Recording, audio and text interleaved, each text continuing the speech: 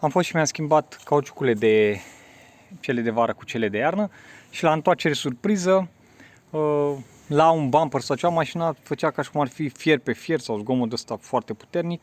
Prima oară am crezut că e roata prea umflată și de asta face, dar după aceea mi-am dat seama că trebuie să fie amortizoarele și într-adevăr, amortizorul aici pe stânga avea o problemă. După cum vedeți, e băgat și el nu trebuie să stea în mod normal ieșit.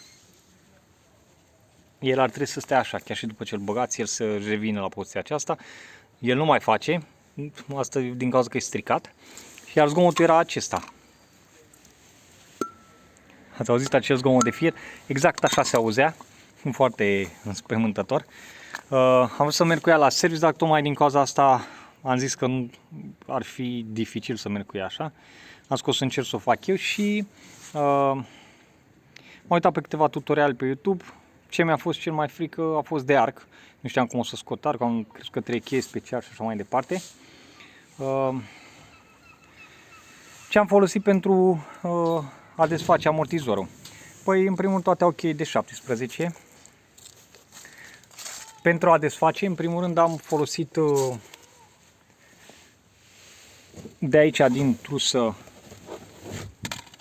am cricul și cu cheia pentru roată.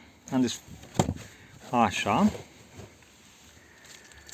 Am ridicat în cric roata până, nu, prima oară am desfăcut, am slăbit de aici, după ce am slăbit șuruburile, am ridicat-o în cric, am desfăcut șuruburile de tot, am dat roata jos și prima oară se desface șuruburile acestea care țin aici. Acestea fiind aici, le puteți vedea. Acestea sunt. Are un șurub și copiuliță de 17.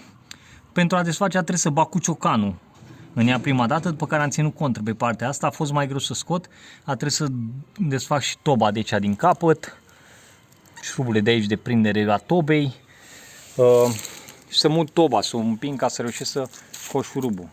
Asta a fost prima etapă, după ce am scos, am slăbit, am desfăcut cu totul șurubul, ca să-l scot a trebuit să las roata un pic mai mult. Celălalt neapărat trebuie ca cealaltă să fie pusă, adică să nu desfaceți cealaltă suspensie, doar pe aceasta să o desfaceți, ca să rămână, să se sprijine în cealaltă. După care aici sunt două șuruburi, le-am desfăcut pe acestea. Se scoate capacul acesta, după acest capac are un capac din cauciuc, iese de acolo, începe așa, are o piuliță de 17, 3 de aici am început cheia tubulară. O piuliță de 17, după care o șaibă foarte mare, specială, după care vine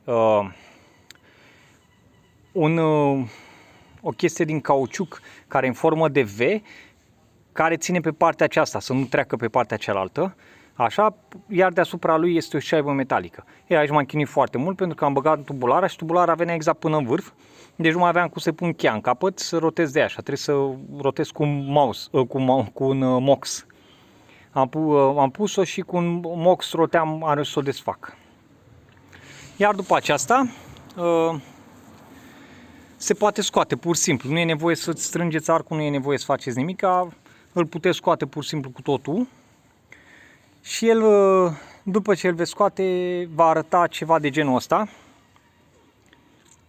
Aceasta este cealaltă parte din cauciuc de pe partea cealaltă. În partea de jos aici, deci se pune inversia, se pune. Asta e partea de jos, iar cealaltă e partea de sus. Cealaltă e partea de sus. Și ea tot la fel se prinde ca să nu treacă așa, în sus, să nu treacă pe partea cealaltă. Iar apoi aici avem o piuliță de 17 cu ceva mai lung din fier, care se oprește aici, în buza asta, unde are o altă șaibă, ca să oprească șaiba aceasta lungă. Trebuie slăbit un pic piulița, după care aici e nevoie de două persoane, una să țină de arc, în jos și cealaltă să desfacă piulița până la capăt și să arcul cam până aici sus. Deci se poate după aia strânge direct pe el. Sau eu am ținut apăsat, aceasta este metal, iar aici un cauciuc. Cauciucul acesta are o formă unde intră arcul, capătul arcului exact în el, e decupat exact cât să intre în el. Ei, se scoate, acesta este o protecție din plastic și un burete, mă rog, ceva de genul ăsta de amortizoare pe el, aia nu mai contează foarte, adică, le-am pus la loc cum sunt, dar aceasta este partea mai dificilă. Trebuie să faceți ce am făcut eu, fie să filmați, fie să fotografiați toate piesele. Aceasta pe partea cealaltă are o piesă metalică, deci vine un fel de, aici un fel de, deci după ce se pune această bucată din cauciuc, se pune capul în jos, cum e acum, deci se rotește, se pune capul în jos.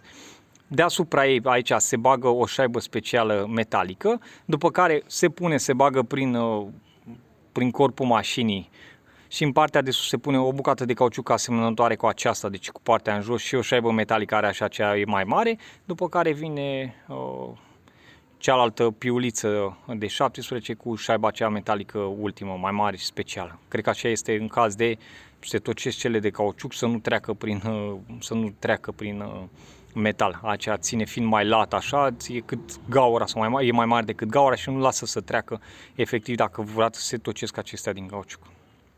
Cam asta e.